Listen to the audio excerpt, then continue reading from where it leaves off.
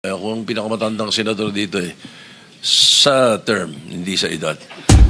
Mas may edad sa akin yung katabi ko. Meron kayong legislative immunity, huwag kayong matakot.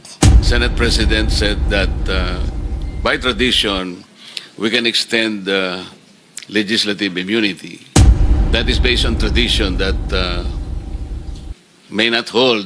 That is why this representation, as early as last week, I think, suggested a modality that is based on the law itself. At being a state witness in the court of law kesa sa legislative immunity, those are two different animals. Mr. Chair, malinaw na malinaw po yun at hindi ko po pinaghahalo. Naiintindihan ko po yun. Yung sinasabi niyo po ay yung ma-admit sa Witness Protection Program at pwede siyang tanggapin ng DOJ bilang isang ordinary witness or as an accused na pwedeng i-discharge ng korte as a state witness. Tama Magkaiba po yun. Kaya Tama huwag niyo po. pong paghaluin kasi wala po. Sandali lang po. Mr. Diskaya, bigyan ko kayo ng advice. This is not because I am a lawyer. It's because I have been here for ages, since 1992. Ako ang pinakamatandang senador dito sa term, hindi sa edad. Mas may edad sa akin yung katabi ko. Meron kayong legislative immunity, huwag kayong matakot. Pag sa hearing kayo nagsasalita, pwede nyo invoke legislative immunity, magsalita kayo. Huwag nyo sabihin yung against self-incrimination. Hindi. There is such thing inherent sa mga committees, yung legislative immunity yung tinatawag.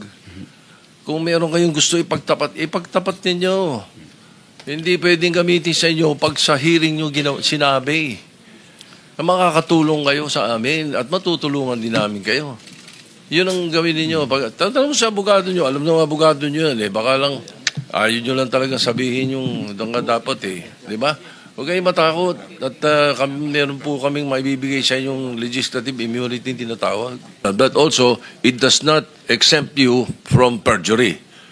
Di ba? It doesn't mean that you are exempted from perjury pagdating na pag ini-invoke yung legislative immunity. Kaya kailangan sasabi pa rin na totoo. Mr. Chair, Senator Marcoleta, is recognized. may I clarify that because Senate President said that by tradition, we can extend legislative immunity.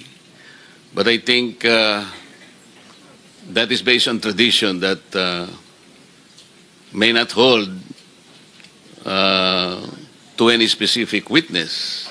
That is why this representation, as early as last week, I think, suggested a modality that is based on the law itself, which is Republic Act 6981, where a potential witness can apply under the Witness Protection Program of the law.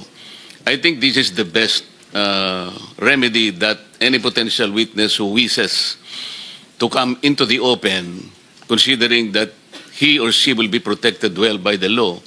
Yun sana yung gusto nating tuntunin noon. Ako po ay nalulungkot wala yung Justice Secretary because before I floated that idea, I made sure that that one is something that we can rely on.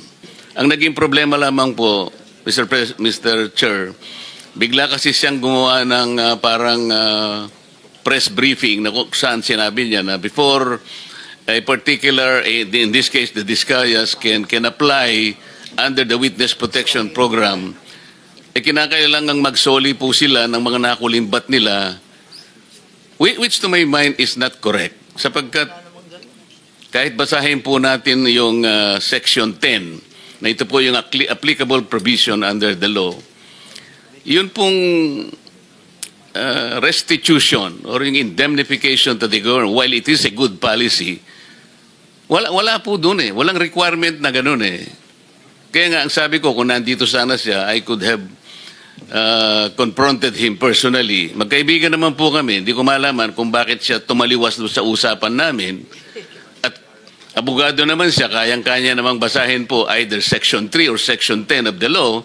Wala po talagang restitution Kasi mag-a-apply pa lamang po kung sakasakaling ma-admit siya. In other words, the process must begin. Hindi nga po nangyari yung ganun eh. So sayang po yung pagkakataon na tuntunin yung remedy which is very, very legitimate under the law. So inconsistent po yung sinasabi natin ngayon na we can provide legislative immunity but they aren't immune. May I respond, from jury. Senator Marcoleta? Thank you, Mr. Chair. Okay. Magkaiba po yung legislative immunity kesa doon sa pagiging state witness. Yung legislative immunity does not extend to prosecution. Ang sinasabi lang natin, lahat ng sasabihin niya rito, maski incriminate niya yung sarili niya, hindi pwedeng gamitin sa kanya. Yun lang po yung legislative immunity. Yung sinasabi niyo po ay yung ma-admit sa Witness Protection Program at pwede siyang tanggapin ng DOJ bilang isang ordinary witness or as an accused na pwedeng i-discharge ng korte as a state witness. Tama Magkaiba po yun. Kaya Tama wag niyo po. pong pagaluin kasi sandali lang po. Wala po tayong jurisdiction doon sa pag-admit sa Witness Protection Program. Under the law, pwede lang tayo mag-recommend.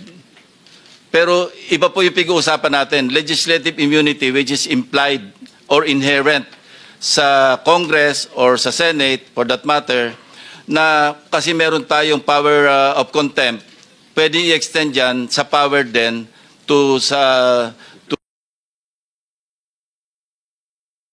dito. Pero may mga ruling din po dito ang Korte Suprema. At wala naman pong nagdudulog sa Supreme Court. Ginagawa natin ito, as I said, for the longest time, wala naman pong nagko-question. So kung meron magko-question, then we will allow or we'll just wait for the Supreme Court to issue a ruling in this regard. Pero wag po natin pagaluin yung Witness Protection Program sa legislative immunity. Domain lang po natin yung legislative immunity. Now, if anybody wants to question that authority or power, which is inherent, sabi ko nga, no, hindi ito klaro na may power tayo kasi wala naman po talaga sa batas. Pero sa US jurisprudence, meron po yan. Meron tayong pwedeng i-cite. At tayo naman po, minsan sumusunod sa, di ba, nakapattern po tayo sa United States pagdating sa mga jurisprudence. So gusto ko lang i-clarify na iba po yung sinasabi niyong Witness Protection Program at being a state witness in the court of law kesa sa legislative immunity. Those are two different animals. Mr. Chair, malinaw na malinaw po yun at hindi ko po pinaghahalo. Naiintindihan ko po yun. Ang sinasabi ko lang po, yun pong Witness Protection Program is a better remedy sana kung yun po sana ay napagbigyan. Hindi ko po pinaghahalo yun sapagat malinaw po sa akin, iba po yung course ng legislative inquiry, iba nang po yung remedy na yun po ay ibinibigay legitimately. Thank you. ng batas. Thank you very Salamat much, Senator Marcoleta.